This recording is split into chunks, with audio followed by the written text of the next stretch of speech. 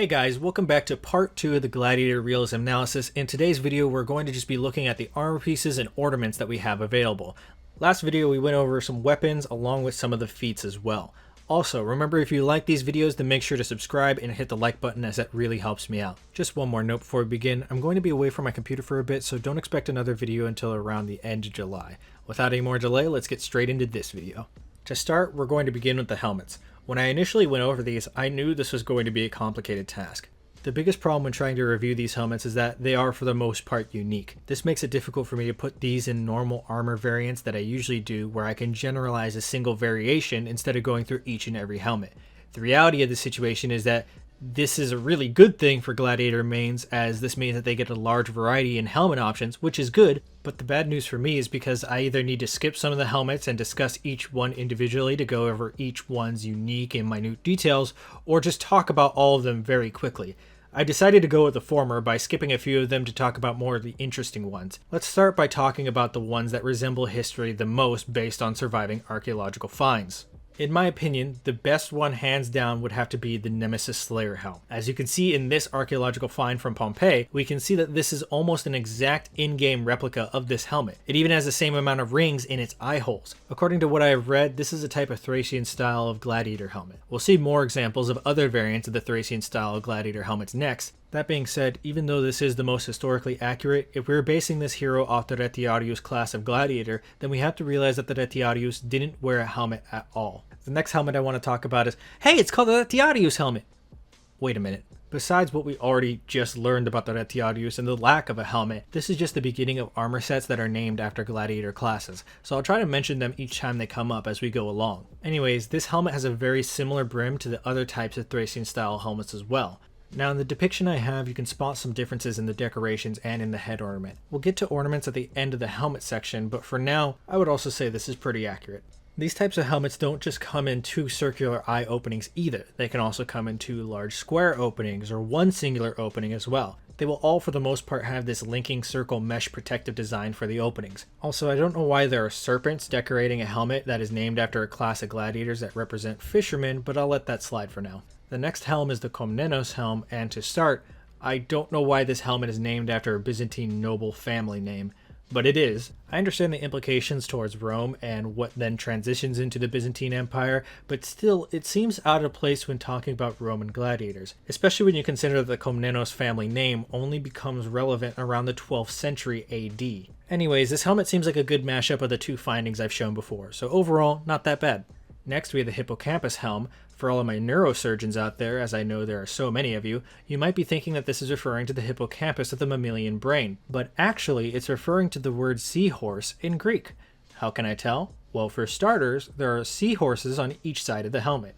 Besides this helmet's infatuation with seahorses, this is probably the closest we'll have to the Murmillo style of helmet when comparing it to this example. As you can see, they both have the large brim and they both have the majority of the facial area to view from. In the example I have, you can see the giant block on top of the helmet that's standing straight up. Well, actually, that is a base to hold a helmet plume made of horsehair as seen in these artistic depictions of gladiators.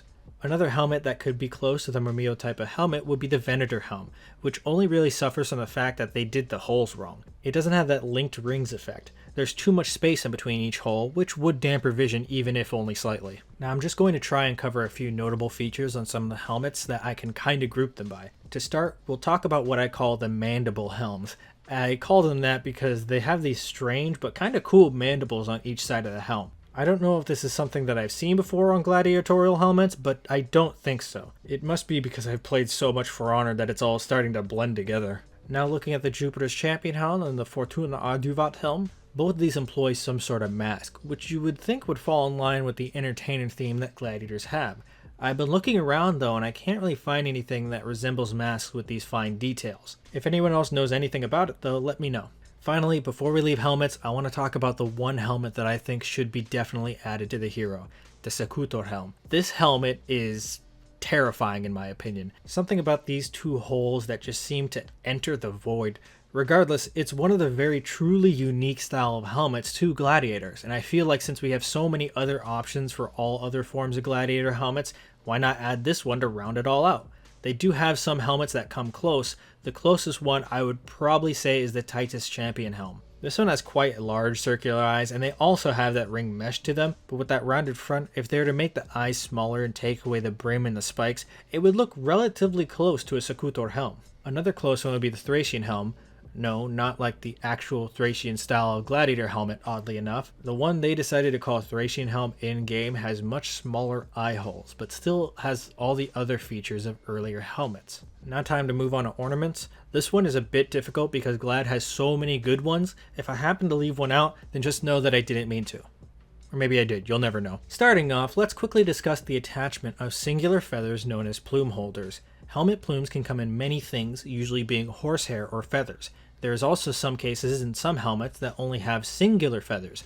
Those would be considered plume holders, and that they would usually have the same amount on each side to keep it symmetrical. Our in-game version of these would be the Regal Feathers ornament and the Feathered Griffin ornament. As you can see on this archaeological example, there's a small little holder on each side that can contain a feather just like in-game. Granted, the ones in-game are a bit too far up on the forehead in my opinion, but they are in-game nonetheless. Things like this really show me that someone, somewhere at Ubisoft, really did their homework when it comes to some of these things in-game. So, well done, Ubi. Round of applause. Moving on, I'll call the next category of ornaments as hard plumes for lack of a better term. This is basically either to mimic a plume, like in the case of the Soaring Pegasus or Lucky Signs, or what could possibly be a plume holder, like in the case of the Modesty or Serpent Fridge. I say plume holder as the Modesty ornament looks a lot like the one example with the relatively same size ornament designed to hold a plume.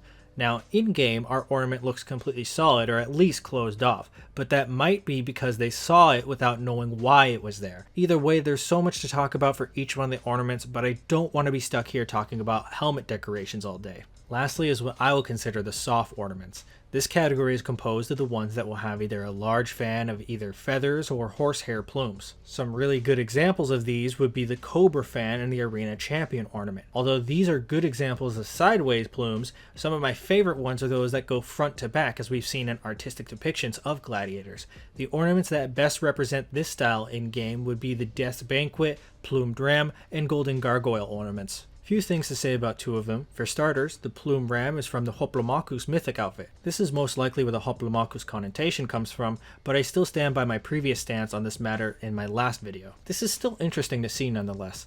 Lastly, the Golden Gargoyle, which is my personal favorite, it has that really iconic sweat plume towards the bottom, which we have yet to see in any ornament, if I'm not mistaken.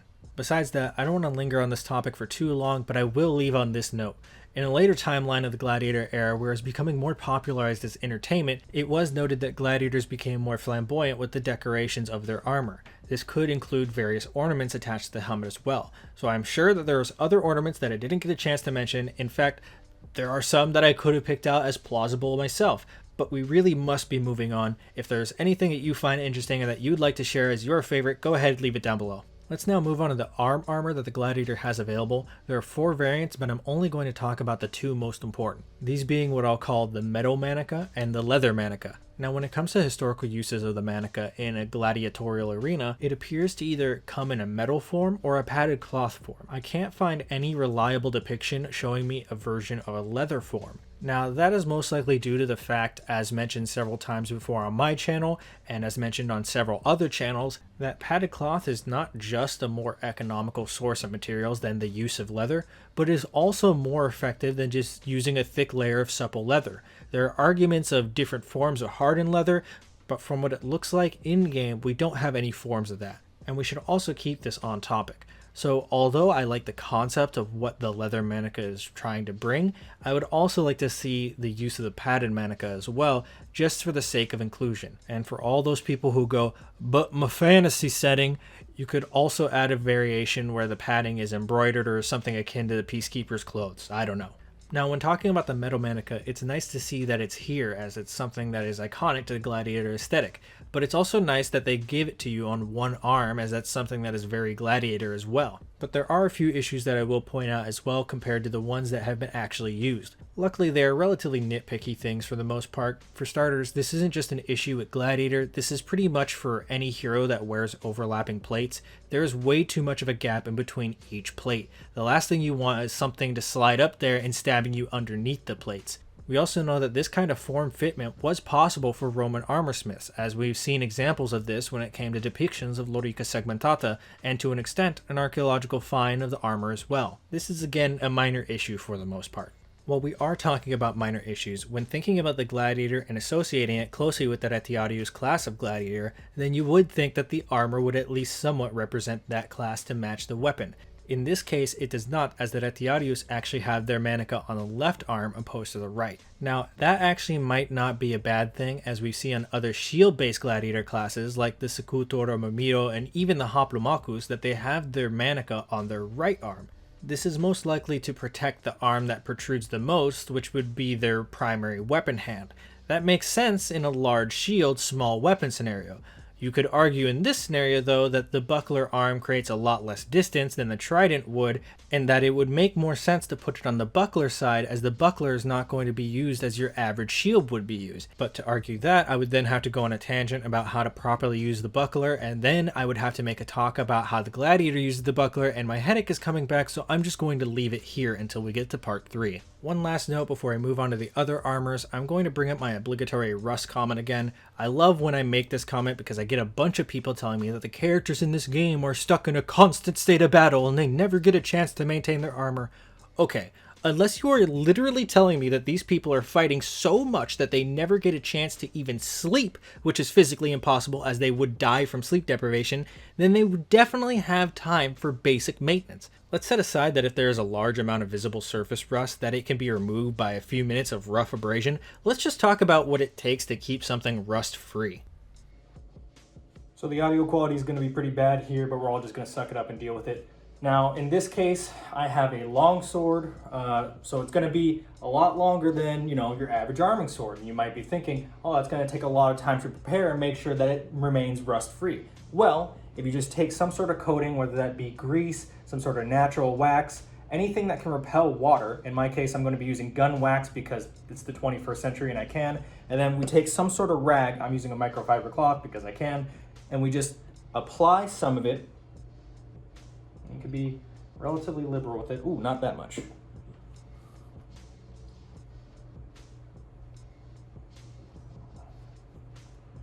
Make sure that it gets in. And we're covering every single piece, including the tip and around the base where the crossguard is. All right. And then I put a lot on that side so I can actually spread it out on this side as well. Again, making sure that we're getting the entire blade covered. Some of it got inside where the crossguard groove is, and that's why you want a well-fitted crossguard, not a cheap sword. But relatively, this is done. This should be okay, repel water, at least in my case, for display. Now, if you're going into battle and you want to add an extra coat just to make sure that it stays rust-free, you could, but what is that going to take? More time, maybe double, triple the time that it took. And how long did this take? A minute at most, 2 minutes maybe. So let's move on to the chest pieces. Like always, the chest armor actually includes everything from the torso down. Now, if we're talking in general, pretty much every single one of these armor pieces nails it. If we're talking class specific, pretty much none of these armors can be tied to a single class. In some cases as too little armor, in other cases as not enough armor. Considering that we've already confirmed that this Gladiator is doing its own thing and isn't bound to the rules of the arena, then I'm just going to roll with a general overview of things and say that the armor is pretty alright. Like always, let's separate these into groups. I'll call these variants the animal pelt variant, the light armor variant, the chest plate variant, and the chest plate with a strap variant. Let's start with the one that I think has great variants for each one in my opinion. That's the animal pelt variants.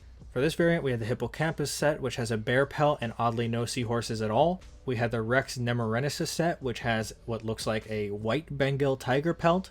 Then we have the Venator set with a leopard pelt. Then the Tyus Champion set with a normal Bengal tiger pelt. And last but not least, we have the Bestiari set, which has what I think is supposed to be a wolf pelt, which would be quite apt for the situation. But because they actually have the same paws as all the other ones, I'm inclined to believe that it could just be another bear pelt. Each one of these is feasible for the most part, as animals were part of gladiatorial combat, and also wearing pelts like this could be a way of making a gladiator look more brave by wearing the skin of a dangerous animal. or it could be viewed as a way that could look more ostentatious for entertainment purposes. Either way, I love all of these, and I also appreciate that one of them is named Bestiari.